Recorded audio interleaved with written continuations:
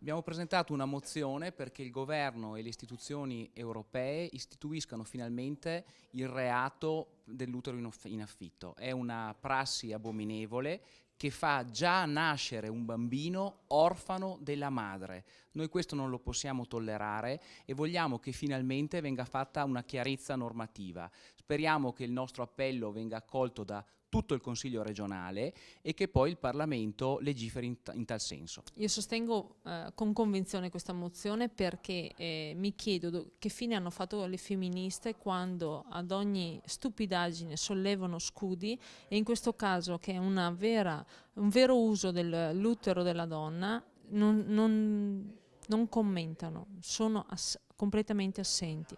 Mi chiedo anche quale sia il ruolo della donna in tutta questa vicenda quando viene usata, bistrattata e un domani pensa di avere un figlio da un'altra parte del mondo. Con la nostra mozione vogliamo stimolare l'inizio di un percorso che porti all'istituzione di un reato contro questa odiosa pratica.